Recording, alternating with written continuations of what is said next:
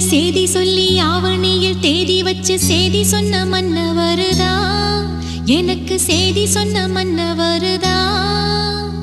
சொந்தம் சொல்லி நெத்தியில குங்குமத்தை வச்ச ஏன் மன்னவரு